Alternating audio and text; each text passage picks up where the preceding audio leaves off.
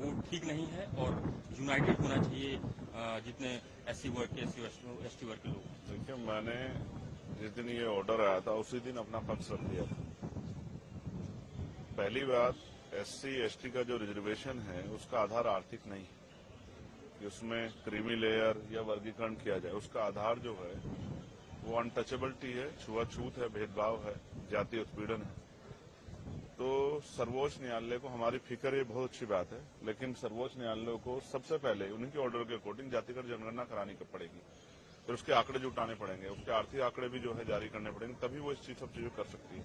तो उनको करना पहले चाहिए। अगर वो दलित वर्गों के इतनी हितैषी हैं तो उनको सब सारा बैकलॉग भरवाना चाहिए और जातिगत जनगणना के ऑर्डर सरकार को देने चाहिए।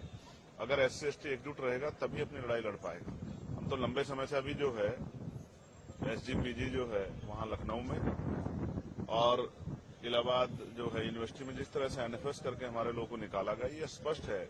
उन एनएफएस को भरवाने के लिए सरकार ने क्या किया है, उन एनएफएस को भरवाने के लिए सुप्रीम कोर्ट ने क्या किया है, तो वो कुछ नहीं किया है। हाँ, हमेशा कोशिश ये की गई है कि इनके जो लड़ने वाले लोग हैं उनकी ताकत कम किया जाए। अब एससी एसटी बटने वाले नहीं, आप ही देख लो इस फैसले का कितना समर्थन, कितना विरोध हो रहा है। तमाम लोगों में इसका विरोध है। तो हम स्पष्ट हैं कि हम अपने लोगों को बटने देंगे और हमें अपने लोगों की चिंता है। इसलिए हमने स्वतः जो है 1.5 साल पहले मांग की थी कि जिन जातियों को अवसर नहीं मिला है उनको उनका आरक्षण बढ़ा के 15% शेड्यूल कास्ट को मिलता है और 5% बढ़ा के उन बाकी जातियों का आरक्षण देने की व्यवस्था सरकार करे। ये 1.5 साल पहले हमने लखनऊ पीसी करके कहा था और दिल्ली में भी। और जो ओबीसी की वैसी जाति है उनको भी जो है 15% अलग से रिजर्वेशन देने का काम जो है 27% से अतिरिक्त सरकार करे, लेकिन कहाँ सुना, सुप्रीम कोर्ट ने भी नहीं सुना।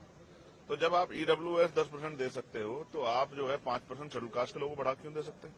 तो मेरा मत तो ये है कि 100% रिजर्वेशन 2% सरकारी नौकरी में कर देते हैं, 98% प्राइवेट सेक्टर है। 2% सरकारी नौकरी में 100% रिजर्वेशन होगा, तो इसकी इतनी संख्या उसको आधार पर उसको मिलना चाहिए। हम सहमत हैं।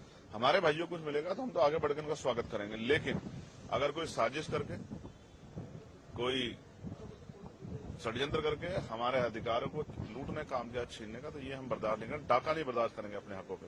इसके लिए चाहे सरकार से जो है अध्यादेश लाने की बात हो, चाहे सुप्रीम कोर्ट में जो है रिपिटिशन दाखिल करने की बात हो, या मैं आज सारे मेंबर ऑफ पार्लियामेंट जो शेड्यूल कास्ट और ट्राइब के हैं या जो सामाजिक न्याय को मानते हैं उन सबसे चर्चा करूंगा और बहुत जल्द जो है एक बड़ा जो है हम अपना इस संघर्ष का स्वरूप सरकार और सुप्रीम कोर्ट को दिखाएंगे। हम अब पीछे हटने वाले नहीं। हम अपने अधिकारों के लिए, स्पेशली मैं चंद्रशेखर आजाद, अपने लोगों के अधिकारों के लिए, बाबा साहब अम्बेडकर ने कहा था कि जब मेरे हित में और देश हित में टकराव होगा तो मैं देश की तरफ रहूंगा, लेकिन जब मेरे समाज के हित में और देश हित में टकराव होगा तो मैं समाज की तरफ रहूंगा। मैं फिर आज कहता हूं कि अगर कोई भी हमारे अधिकारों छीनने काम करेगा तो हम हर कीमत चुकाने के लिए तैयार हैं। मैं अपने समुदाय के साथ खड़ा हूं, उनको ना बटने दूंगा, ना उनके अधिकार में कटौती होने दूंगा।